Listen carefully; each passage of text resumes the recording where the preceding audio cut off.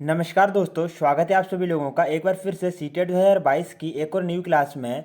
तो दोस्तों आज की इस क्लास में हम लोग जो सीटेट का दोस्तों लास्ट ईयर 2021-2022 को जो 6 जनवरी का जो पेपर हुआ था ना दोस्तों, उसके हिंदी पेडागोजी के 15 इंपॉर्टेंट क्वेश्चन को डिस्कस करने वाले हैं।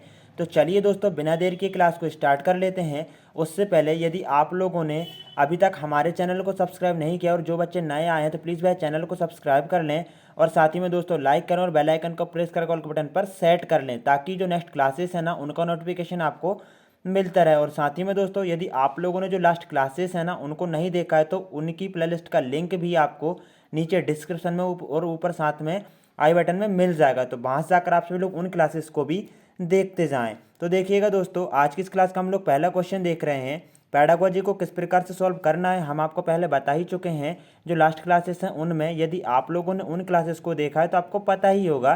देखिएगा पहला क्वेश्चन है, कक्षा 3 की अध्यापिका अंकिता को पता चलता है कि शिक्षार्थी नवीन जानकारियों को मौखिक रूप में लेने के बजाय लिखित रूप में लेना पसंद करते हैं। इन शिक्षार्थियों की अधिगम शैली कौन सी है? तो देखिएगा यहाँ पर कक्षा 3 की अध्यापिका है जिसका नाम अंकिता है, उसको पता चलता है कि जो शिक्षार्थी हैं वह नवीन जो नई नई जानकारियाँ हैं उनको मौखिक रूप में लेने के बजाय लिखित रूप में लेना पसंद करती है। तो इन शिक्षार्थियों की अधिगम शैली श्रव्य तो होगी नहीं, ना ही गतिबोधक, ना ही सौंदर्यबोध, बल्कि कैसी है? दृश्य है। तो राइट आंसर ऑप्शन नंबर 2 हो जाएगा। अब आगे देखिएगा, एक अध्यापक ने कक्षा 4 में अपने शिक्षार्थियों को एक रोल प्ले द्वारा काम दिया। ठीक है ना, एक अध्यापक है कक्षा 4 में अपने शिक्षार्थियों को रोल प्ले द्वारा काम दिया जिसमें उन्हें दी गई स्थिति पर अपने विचारों का आदान प्रदान करना है। एक स्थिति दी गई है और उस पर शिक्षार्थियों को अपने विचारों का क्या करना है? आदान प्रदान करना है। वह किस कौशल के संवर्धन पर काम कर रही है? तो देखिए अभिनय तो होगा नहीं, ठीक है ना, ना ही पठन होगा, ना ही लेखन होगा, बल्कि वाचन होगा। क्यों होगा? देखिए देखिए दोस्तों, बोलना। ठीक है ना, वाचन मतलब बोलना यहाँ पर एक तौर पर हम कह सकते हैं। तो इससे विचारों का आदान प्रदान होगा तो वाचन कौशल का विकास होगा ना। तो राइट आंसर ऑप्शन नंबर यहाँ पर 3 हो जाएगा।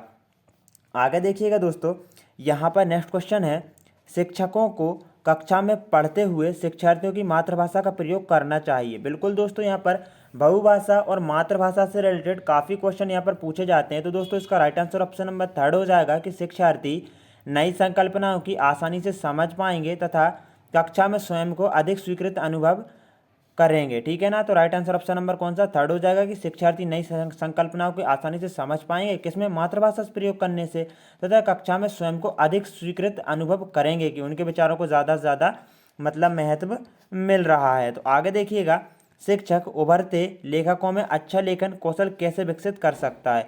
एक शिक्षक है वह उभरते लेखकों में अच्छा लेखन कौशल कैसे विकसित कर सकता है?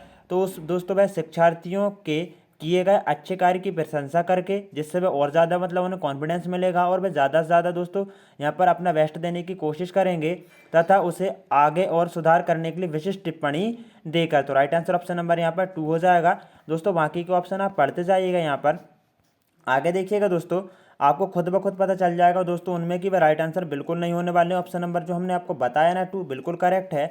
योगात्मक आकलन का क्या उद्देश्य है? जो योगात्मक आकलन है उसका क्या उद्देश्य होता है? विभिन्न विद्यार्थियों की तुलना। देखिए तुलना जो है ना एक नेगेटिव टैग वर्ड्स है, तुलना वगैरह तो नहीं करेंगे यहाँ पर। शिक्षार्थियों पर बुद्धिमान, औसत अथवा धीमी गति से, ठीक है ना, सीखने वाले ठप्पा या लेबलिंग लगाना, तो ये भी नहीं होगा दोस्तों। मतलब उन्हें चिन्हित थोड़ी करेंगे कि आप बुद्धिमान हो, आप सीख नहीं सकते, आप मंदबुद्धि हो, ठीक है, ऐसा कुछ नहीं करेंगे।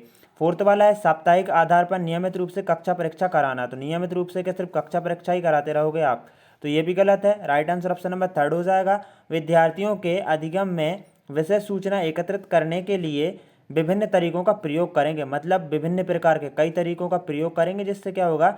विद्यार्थी के अधिगम के विषय में, मतलब किस प्रकार से उन्होंने सीखा उनके बारे में हमें जानकारी मिलेगी और इस प्रकार से जो है ना वह उसको सिखा सकते हैं। आगे देखिएगा दोस्तों, यहाँ पर नेक्स्ट क्वेश्चन है, कक्षा 1 के बच्चों को पढ़ाने के लिए हमें मौखिक भाषा के विकास पर अधिक ध्यान केंद्रित करना चाहिए।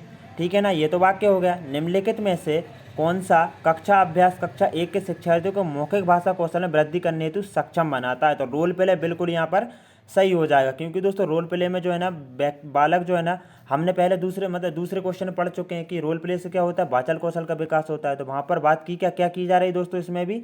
तो इसमें भी यही बात की जा रही है ना कि मौखिक भाषा के विकास पर अधिक ध्यान केंद्रित कैसे करेंगे? तो रोल प्ले के द्वारा।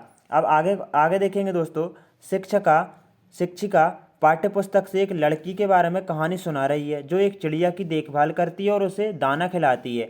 अचानक से एक लड़का अली खड़े होकर शिक्षिका को बताता है कि किस तरह उसने एक दिन, ठीक है ना, पार्क में घायल पड़ी गिलहरी की रक्षा की। कहानी के प्रति अली की प्रतिक्रिया को किस रूप में वर्णित किया जा सकता है? तो उसे कक्षा में ध्यान खींचने की प्रवृत्ति, ऐसा नहीं है कि इसलिए दोस्तों उसको मतलब हम प्रयोग कर सकते हैं या उसको दोस्तों वर्णित कर सकते हैं। बोलने का अवसर मिलना तथा यह दिखाना कि वह कक्षा में सक्रिय है, तो ये भी नहीं है। शिक्षिका को बीच में रोकना, दोस्तों क्यों रोकेंगे बीच में?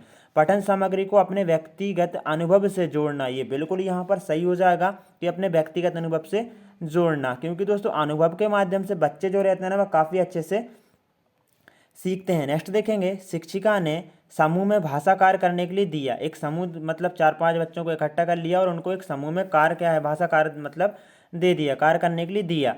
इस समूह कार्य के दौरान शिक्षिका की क्या भूमिका होगी? तो अब शिक्षिका की क्या भूमिका है? तो इसमें सिर्फ शिक्षिका की यह भूमिका होगी कि यह सुनिश्चित करना है कि प्रत्येक की समूह में प्रतिभागिता बने, मतलब सभी हिस्सा लें तथा आवश्यकता होने पर उन्हें मदद देने का प्रयास करना। तो बिल्कुल यहाँ पर ऑप्शन नंबर 2 यहाँ पर करेक्ट हो जाएगा। आगे देखिएगा दोस्तों, नेक्स्ट क्वेश्चन है, पठन अवबोधन किस प्रकार की योग्यता है? पठन अवबोधन जो है वह किस प्रकार की योग्यता है? तो वह पठन सामग्री के साथ अंतः क्रिया के द्वारा अर्थ गढ़ने की योग्यता जो है ना वह पठन अवबोधन की योग्यता है। तो राइट आंसर ऑप्शन नंबर 3 हो जाएगा। आगे देखिएगा दोस्तों, नेक्स्ट क्वेश्चन है, निम्नलिखित में से किस प्रकार के प्रश्न शिक्षार्थियों की रचनात्मकता का आकलन करने के लिए सहायक होंगे? बात हो रही है रचनात्मकता की, ठीक है ना। तो यहाँ पर यदि हम रचनात्मकता की बात करें तो यहाँ पर ऑप्शन नंबर 2 खुले अंत वाले प्रश्न, मतलब बच्चे क्या करेंगे, अपने विचार ज़्यादा से ज़्यादा प्रस्तुत करेंगे। अब खुले अंत वाले प्रश्न कैसे हो सकते हैं? आप ऐसे भी कह सकते हैं कि मतलब कि जैसे कि दोस्तों मान लीजिए आपसे ताजमहल की विशेषताएं पूछ ली या कुछ और पेड़ों की विशेषताएं पूछ ली, तो ये बच्चे अपने अपने अनुसार विचार प्रदान करेंगे। अब एक शब्द वाले प्रश्न में तो होगा ही नहीं रचनात्मक आकलन। क्यों? क्योंकि उसमें क्या रहेगा, बच्चों से पूछ लिया कि भारत की राजधानी क्या, बता देंगे दिल्ली, हर बच्चा यही आंसर देगा, ठीक है ना। तो इसमें बच्चे अपने विचार कैसे रख पा रहे हैं? जिसमें बच्चे अपने खुल के विचार रख सके ना, उसमें बच्चों की रचनात्मकता का आंक मतलब विकास होता है। तो खुले अंत वाले प्रश्न से उनकी रचनात्मकता का आकलन होगा, तो ये सहायक रहेंगे। राइट आंसर ऑप्शन नंबर 2 हो जाएगा। आगे देखिएगा दोस्तों, नेक्स्ट क्वेश्चन है और काफ़ी अच्छा क्वेश्चन है, निम्नलिखित में से, ठीक है ना, निम्नलिखित में से कौन सा कथन भाषा के बारे में सही है? तो यह है व्यवस्थाओं की व्यवस्था, बिल्कुल ये सही है दोस्तों। यहाँ पर ऑप्शन नंबर यहाँ पर 1 बिल्कुल करेक्ट हो जाएगा। कई बार ये क्वेश्चन आ चुका है, इसको अच्छे से आप पढ़ लेना। भाषा को सर्वोत्तम तरीके से कैसे सीख सकते हैं? जो भाषा है उसको सर्वोत्तम तरीके से संदर्भों में सीख सकते हैं। कैसे दोस्तों? संदर्भों में सीख सकते हैं। आगे देखिएगा, भाषा अधिगम में निदानात्मक परीक्षण का क्या उद्देश्य है? निदानात्मक मतलब जो परीक्षण रहता है उसमें बच्चे का आकलन किया जाता है, उनकी त्रुटियों को ढूंढा जाता है, जो त्रुटियां रहती हैं उनका उपचार किया जाता है, उसके बाद उपचारात्मक शिक्षण प्रदान किया जाता है। तो दोस्तों बताइएगा यहाँ पर जो निदानात्मक परीक्षण है उसका क्या उद्देश्य है? तो इसका राइट आंसर ऑप्शन नंबर यहाँ पर 4 हो जाएगा। शिक्षार्थी समझ के स्तर पर कहाँ पिछड़ रहे हैं यह जानना, उनकी गलतियों को ही तो जानना, कहाँ पिछड़ रहे हैं, तभी तो उनको क्या करेंगे, उपचारात्मक शिक्षण देंगे। अब प्रश्न पत्र तैयार करना होगा नहीं, तालिका को ना ही भरना होगा, माता पिता को प्रतिपुष्टि क्यों देंगे, ठीक है ना दोस्तों। राइट आंसर ऑप्शन नंबर 4 हो जाएगा। देखिए माता पिता को प्रतिपुष्टि देना जरूरी है, बच्चों को मतलब उनको बच्चों के बारे में बताना जरूरी है, तभी तो वह ध्यान देंगे उन पर। लेकिन दोस्तों यहाँ पर निदानात्मकता का मतलब ही रहता है बच्चों को प्रतिपुष्टि देना कि उनको किस प्रकार की गलतियां हैं उनको फिर सुधार करना। बाल केंद्रित कक्षा में शिक्षक को क्या करना चाहिए? एक बाल केंद्रित शिक्षा मतलब बालकों को यहाँ पर सर्वाधिक मतलब मान्यता प्रदान की जा रही है, उनके विचारों को मान्यता दी जा रही है। तो ऐसी प्रवृत्तियों का प्रयोग करना चाहिए जिसमें विद्यार्थी स्वयं से पहल करने के प्रोत्साहित हो, मतलब खुद पहल करे। अब एक वाक्य को समझना, पूरे पाठ को एक वाक्य को समझना, ये तो कोई बात नहीं। प्रश्नों के उत्तर लिखवाने चाहिए, ये भी नहीं है।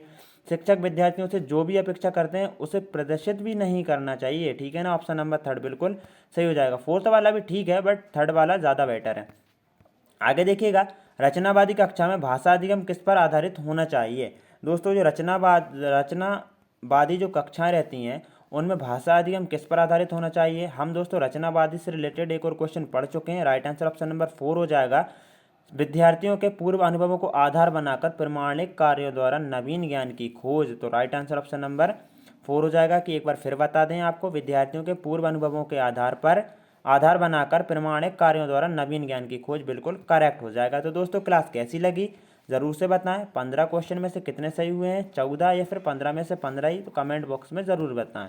जय हिंद दोस्तों, वंदे मातरम। मिलते हैं कोई न्यू क्लास में।